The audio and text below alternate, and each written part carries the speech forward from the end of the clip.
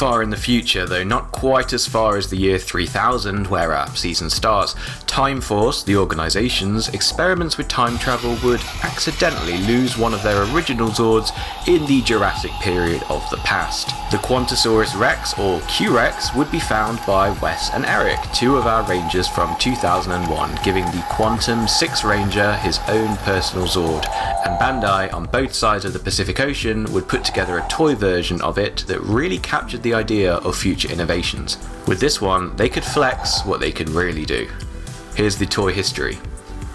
Q-Rex massively diverges from what up to now had been a jet theme for the season. Like all of a sudden they realised jets were a horrible idea and needed to throw a dinosaur in to bolster sales.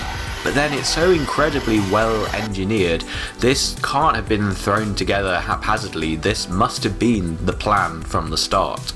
And remember, Zeo wasn't exactly shy about throwing in some curveballs to the Zord design either. I think the theming of the series helped serve as a catalyst for the design teams both at Plex and Bandai in taking things further from where they'd been before. I think all three of the main Megazord releases fit that, and remember you guys, this was a toy so ambitious they included a 3.5 minute VHS instruction cassette in order to understand it. As the pattern was back then, Super Sentai got it in 2000 as V-Rex, we got it for the first time in Power Rangers as Q-Rex in 2001, and the UK release followed in 2002. For us, this thing cost £80, apparently in America it was $90, but I certainly know that I and many old YouTube reviewers for this toy got it on sale. Timeforce had excellent toys, so much so I'm still talking them up 20 years later. But they didn't get the sales they deserved, I guess because appetite for Power Rangers had waned. This was 9 years in, the vast majority of kids that had it for the pop culture phenomenon had grown out of it, and attention from newer kids had shifted elsewhere. This was despite it still selling favourably as a line, it's just maybe they got their manufacturing amounts a little overambitious for this year. You have to wonder, if this thing had been badged up as a whole new toy line without any Power Rangers branding, would it have sold any differently? Naturally, this one is difficult to get right second hand because there are two crucial elements you need, both are battery powered, and you need all the motors and stuff inside to be in full working order. Also complicating matters was that there was another Q-Rex released in 2001, a non-electronic version. Proportionally, it's very different, but I think if you want all of your Timeforce Zords to be deluxe, the electronic one is the one you want. And why wouldn't you want the electronic version? Because with it, this thing can walk, turn, fire missiles, and transform completely on its own. Something I've always found very poignant about this one is that it bookended the start and very end of the Power Rangers story chronology with two red dinosaur Zords.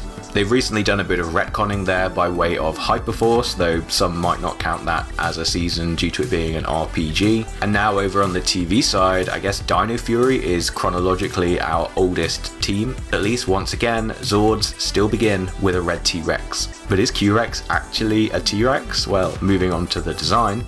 So I'm sure as a teenager, Quantum Ranger would have been the first time I'd ever really heard the word quantum. I guess since then it's become a lot more mainstream, and film series from James Bond to Ant-Man have used the word in titles. And although Q-Rex could suggest quantum, the full in-show name was Quantasaurus Rex.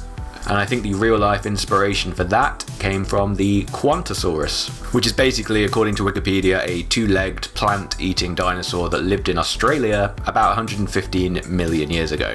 And remember, Japan, where this design would have come from, is actually quite close to Australia, so I guess they took some inspiration from their neighbours. Apparently unearthed Quantasaurus jaw fragments confirmed that it had 10 teeth in its lower jaw, and lo and behold, so does the Q-Rex. It would also run around a lot, and we definitely see the Q-Rex on the show do that as it ran through various time portals.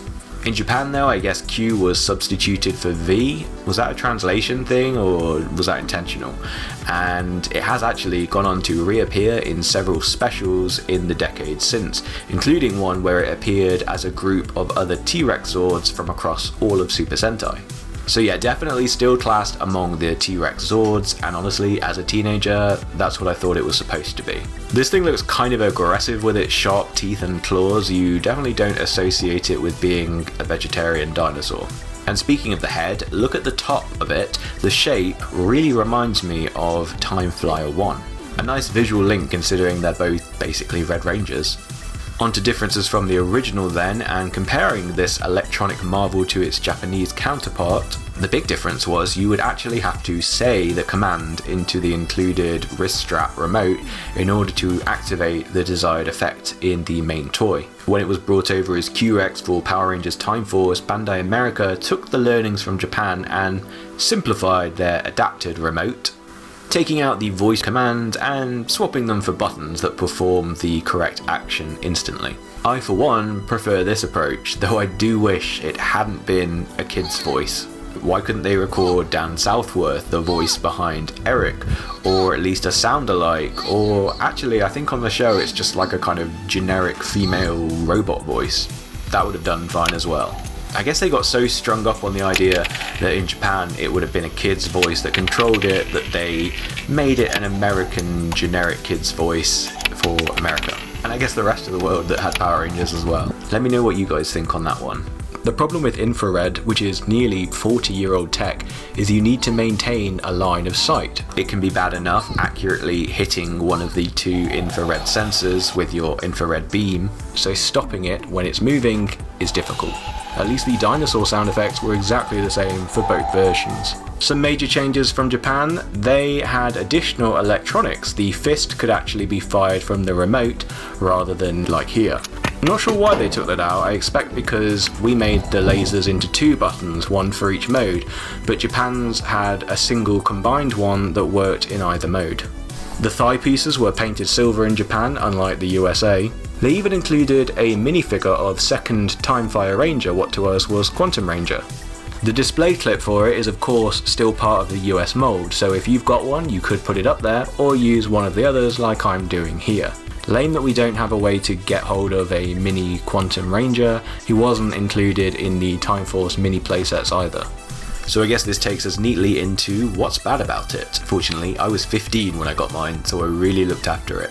However, having left it in storage for the best part of the last decade, it has finally taken a turn on the remote control, which barely works anymore. I'm currently having to resolve this by switching it on and leaving it for about half an hour, then pressing the central button, switching it on and off again as needed until the lights and sound comes back and whatever it needs to do to be roused back to life. The paint that was layered on top of the chrome shoulders on the Megazord has frozen and started chipping off. It's unique for Power Rangers in so many ways, and one of them is that this is a Megazord that you don't play with directly. Normally you have like a muscle memory built up in your hands for how to transform these things blindfolded.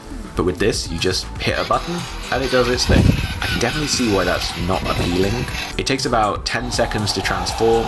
It's a situation you feel weirdly detached from. Like I'm witnessing a Megazord transform all by itself. This should be the coolest thing ever. And it kind of is, but it's just quite far removed from what we're used to. I guess they were aware that it needed to do a little bit more, and that's why beyond the transformation they added tons of other stuff like being able to walk, turn and stop. It has laser beams, missiles, and a button-operated fist that fires. I don't know if it will eat Tommy's Dragonzord for lunch, but it certainly will eat batteries, lots of them. It's an electronic Megazord toy completely dependent on an electronic remote after all. I know it can break and glitch, and some people's unfortunately already have. The motors can get stuck if the arms are stuck in the wrong position, for example. And when your batteries start to wear out, sometimes you'll need to prod the arms along to get them past the tipping point during transformation. This might just be mine, but a command for the thing to walk reveals that the wheels aren't equal. It veers off and kind of goes where it likes.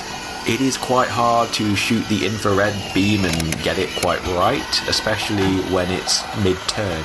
It is quite loud, more so the motors than the sound effects, though there is like an idle dinosaur growl, which happens every few seconds. That's actually kind of helpful to know that you've left the thing switched on though. And I think one of the weirdest aspects of the Q-Rex are the all-in-one legs. Ideally, they should be separate, just like on the non-deluxe version. And I guess on the more recent Gokaiger / Super Megaforce and Zenkaiger ones. Naturally it can't because it houses all the electronics and the battery compartment, but yeah, it sticks out. They have added separate motors in the leg covers to try and hide this, but yeah, it still stands out. And the fact that it just rolls forward is very different from the way it would gallop on the show. What's good about it though? So last time we spoke about basic electronics in Power Rangers Zords. This time I really want to mention what an absolute leap forward this one was. Back then, this toy seemed like it had come from the future, because in Q-Rex, lights and sounds are just the start. Up to this, the most a Zord had ever done beyond that was roll forward or punch, and both of these actions required you to have to stop and start the toy itself by using a button. Compare this to Q-Rex, where its transformation motor even works in reverse. It's a bit of a callback, I guess, to the Automorphin Power Ranger figures and I guess Ninja, but even more high tech because you don't even have to touch it. I'll keep banging on about it, but Q-Rex is definitely unique in Power Rangers. Sure, there have been a few others over the years, and Mystic Force did have a Megazord that could transform itself again, but I think this one was definitely the pinnacle, the top of the mountain in terms of what it could do. And though I'm sure it's the collective reasons I've already given on why we didn't see something like this again, be it the price, that many were heavily discounted, the motors that can break, and maybe the slight lack of joy from being able to manage the transformation yourself. But more than any other Megazord, this one really tries to replicate exactly what you see on the show. In this case, the Quantum Ranger controlling his Q-Rex with his Morpher.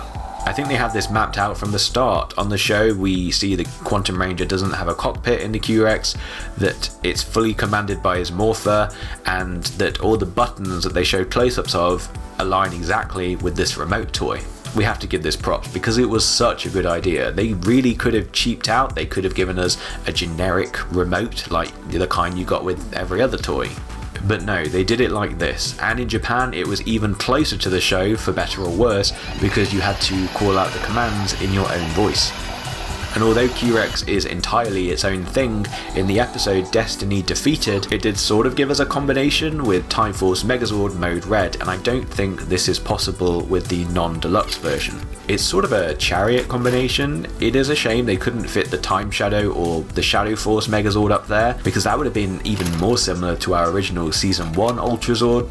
And it's a bit odd, a little bit of a mystery how you're supposed to link them. However, I believe I said this was something good about it, so let's stay on that track.